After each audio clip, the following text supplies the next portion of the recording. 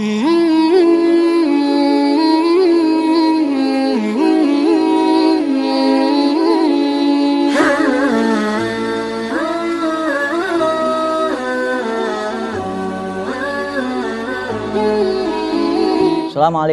warahmatullahi wabarakatuh.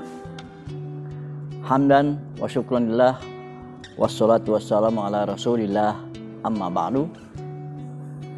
Para pencinta channel Satriani Wisata dalam program Kuldi Kuliah bersama Edi Hamdi, kita berjumpa kembali dalam pengkajian para nabi yang kebetulan kita sudah sampai kepada Nabi Allah Hud alaihissalam. Kebetulan ada satu pertanyaan yang diajukan oleh salah satu artis, ya, yaitu Ginanjar. Mungkin kita bisa dengar pertanyaannya sehingga berlanjut dengan pertanyaan sesuai dengan yang kita sedang bahas, yaitu Nabi Hud alaihissalam. Assalamualaikum Abang Hamdi, saya Ginanjar mau nanya tentang sejarah Nabi Hud. Kan pada zaman Nabi Hud itu saya dengar bahwa kaum Nabi Hud itu diberikan Allah satu kemampuan yang luar biasa dalam soal bangunan, kehebatan dalam soal teknologi pembangunan. Pertanyaannya, sehebat apa, sepandai apa kaum Nabi Hud pada waktu itu dalam membuat sebuah bangunan sehingga Allah katakan mereka pintar. Makasih Bang Hamdi atas jawabannya. Assalamualaikum warahmatullahi wabarakatuh. Baik mitra muslim, terima kasih Ginanjar, salah satu pelawak dari 4 sekawan yang mudah-mudahan kebetulan memang kita sedang membahas tentang Nabi Hud alaihissalam. Pertanyaannya adalah tentang bagaimana kepintaran kaum Nabi Hud dan kekuatan daripada bentuk, ya, bentuk body mungkin, ya, arahnya ke sana daripada Nabi Hud alaihissalam. Nabi Hud alaihissalam, pertama sebelum saya jawab, kita perlu lihat dulu bahwa Nabi Hud di Al-Quran termaktub atau disebutkan hampir 7 kali, ya, dalam Al-Quran. Dalam Al-Quran yang saya lihat dalam Atlas Al-Quranul Karim, kalimat Hud itu disebutkan 7 kali dalam Al-Quran. Kalau bisa saya urut, ada di surat Hud sendiri, ya, surat Hud itu kalau melihat kisahnya bisa dilihat di ayat ke-50, ke-53, ke-58, ke-60 dan 89. Kemudian di Asy-Syu'ara ayat 124. Kemudian di Al-A'raf ini agak panjang dari ayat 65 sampai 69. Kemudian Fussilat ayat 16. Kemudian Al-Ahqaf sendiri yang kita tahu pada minggu atau episode lalu bahwa Nabi Hud alaihissalam diutus untuk kaum Ad di tempat yaitu daerah Al-Ahqaf. Itu bisa dilihat di surat Al-Ahqaf ayat 21 sampai dengan 25. Dan kita sudah bicarakan periode kemarin bahwa Nabi Hud alaihissalam itu periodenya pada tahun 2450 sampai dengan 2320 sebelum Masehi, ya, ingat sebelum Masehi bukan setelah Masehi. Itu kehidupan zaman beliau. Nah, pertanyaan Ginanjar tadi, memang dalam satu surat Al-Quran dikatakan Auzubillahi minasyaitonirrajim, alam taro kaifa fa'ala rabbuka bi'ad irama zatil imad allazi lam yukhlaq misluha fil bilad. Berarti lam yukhlaq misluha fil bilad. Dalam Al-Quran dikatakan, apakah engkau tidak bisa melihat, ya, atau apakah kamu tidak bisa menyaksikan bagaimana Tuhanmu, Rabbmu, Allah telah menciptakan atau menjadikan bi'ad, kaum Ad. Iram zatil imad. Iram adalah keturunan daripada Nabi Syam, kemudian kaumnya itu, bangsanya itu zatil imad, mempunyai badan yang begitu tegap, imad seperti tiang-tiang ya, tegap sekali. Allati lam yukhlaq misluha fil bilad. Dan ciptaan Allah itu belum pernah diciptakan sebelumnya. Ya sebelumnya maksudnya sebelumnya Nabi Nuh, Nabi Idris dan Nabi Adam. Jadi memang kaum Hud ini bisa dikategorikan badannya sangat kuat sekali seperti tiang, sehingga dalam suatu kisah kaum Nabi Hud yaitu kaum Ad ini, kalau disuruh berperang cukup dikirim 1 atau 3 orang saja bisa mengalahkan 100 atau 200 pasukan. Saking kuatnya kaum Ad tersebut, yaitu kaum yang diutus untuk Nabi Hud alaihissalam. Tentang kepintarannya, memang peradaban yang kedua setelah peradaban Mesopotamia di Baghdad pada zamannya Nabi Nuh alaihissalam, peradaban di sini juga sangat luar biasa. Kalau peradaban di sana adalah peradaban kepada bangunan, di sini pun demikian. Pada zaman Nabi Nuh alaihissalam, kaumnya menyembah kepada berhala yang 5 yang kita sudah sebutkan pada episode yang lalu. Demikian juga pada masanya Nabi Hud alaihissalam, di sini juga ada 3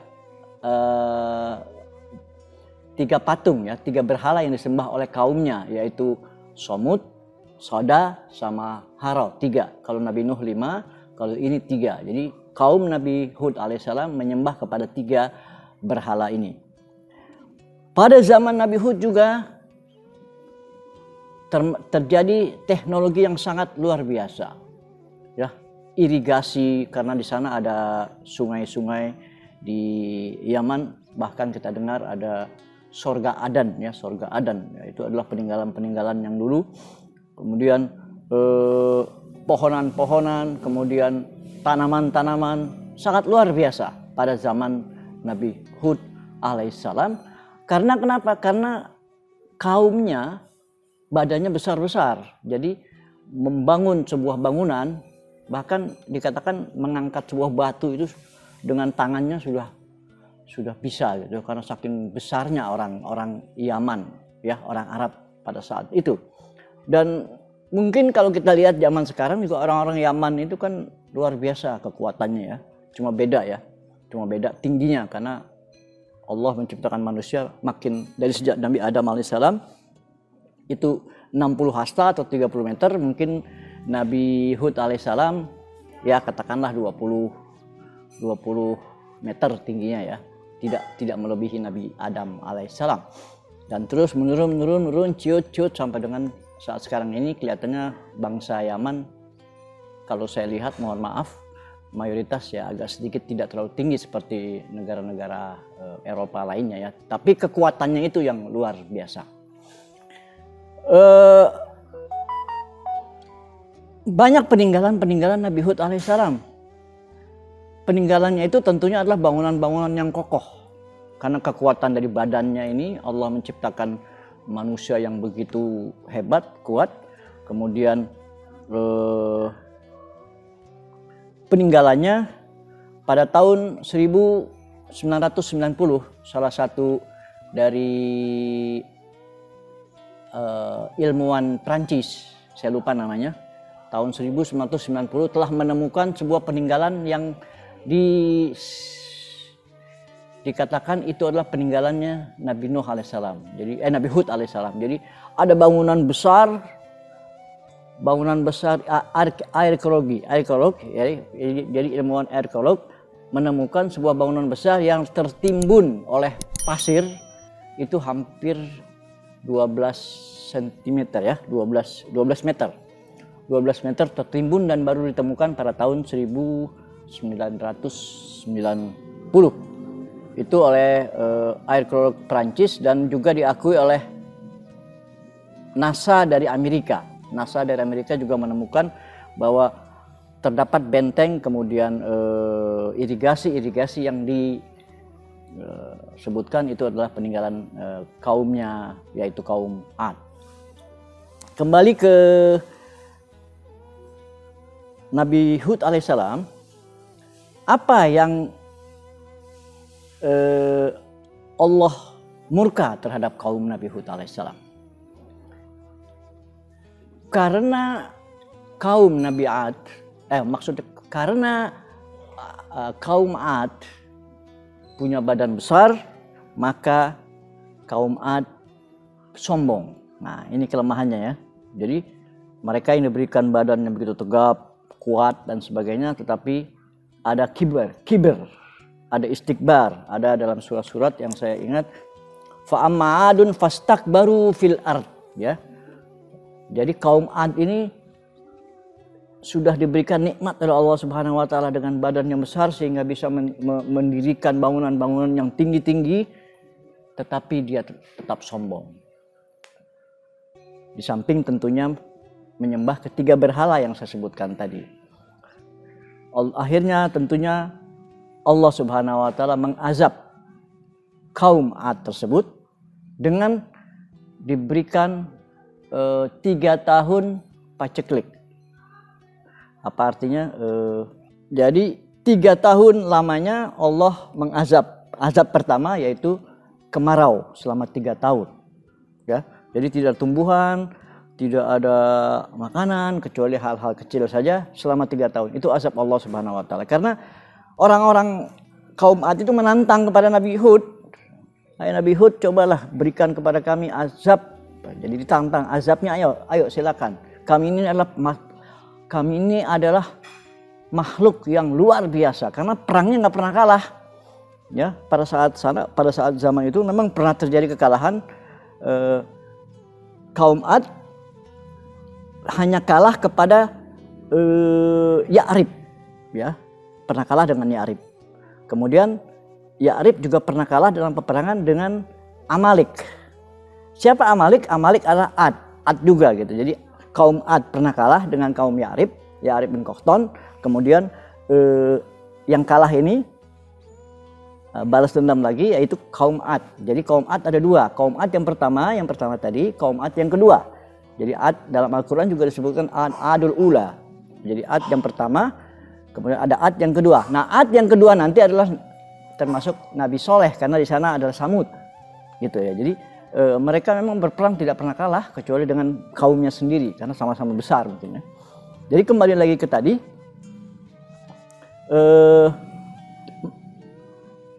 Allah mengazabnya dengan kemarau selama 3 tahun karena ditantang tentunya oleh kaumnya, dan akhirnya suatu saat Allah mendatangkan awan hitam sehingga kaumnya yang tadi sombong mengatakan, itulah awan yang mendatangkan ke kita yang merupakan akan turunnya hujan, sehingga mereka bersorak-sorak.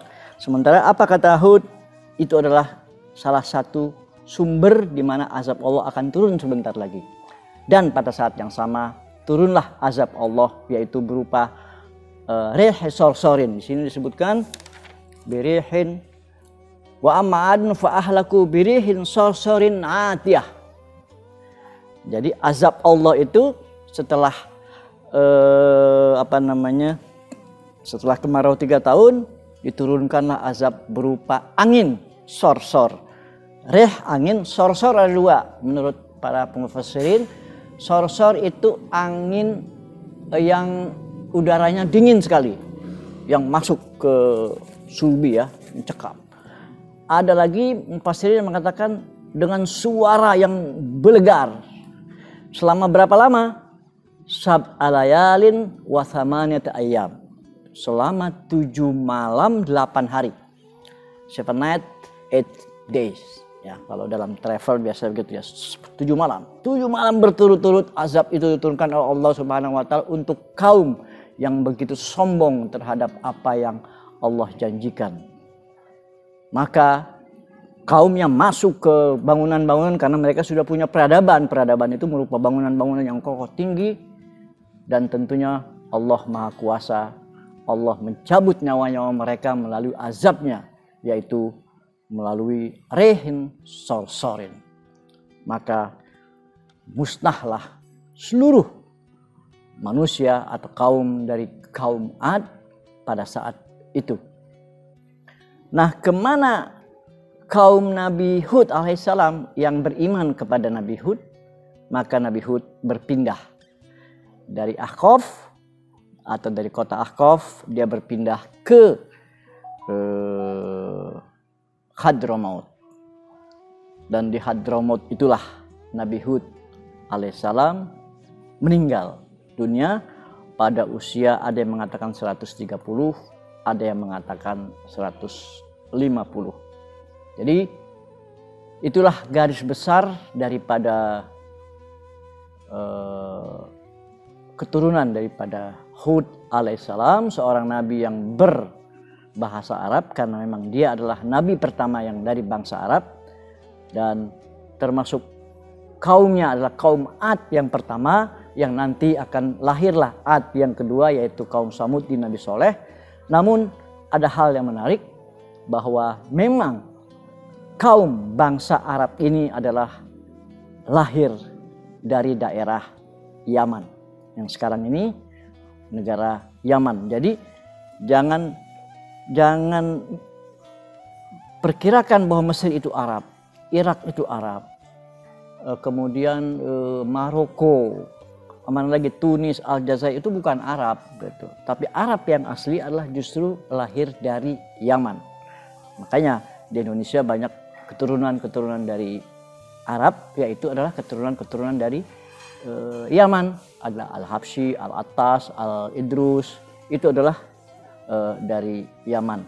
Nanti berasimilasi, bangsa Arab yang ada di Yaman ini berasimilasi karena berpindah-pindah, ya. Nah, berpindahan itu salah satunya adalah nanti dengan zamannya Nabi Ismail alaihissalam, yaitu ke Mekah, di mana kaum Jurhum pindah dari Yaman ke Mekah dan kawin, berasimilasi dengan masyarakat, dengan Nabi Ismail alaihissalam, kemudian melahirkan keturunan sampai dengan baginda Rasulullah alaihissalam. Intinya adalah bangsa Arab, Nabi Arab lahir dan keluar dari negara Yaman.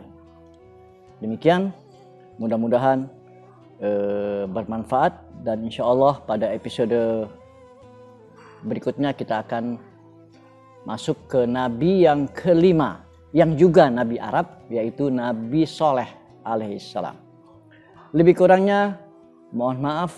Hadanallahu wa iyyakum ajmain. Assalamualaikum warahmatullahi wabarakatuh.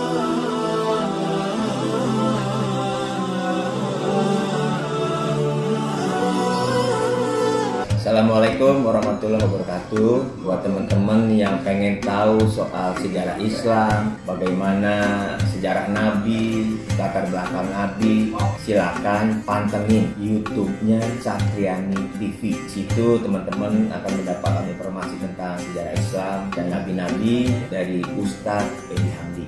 Jangan lupa nonton ya.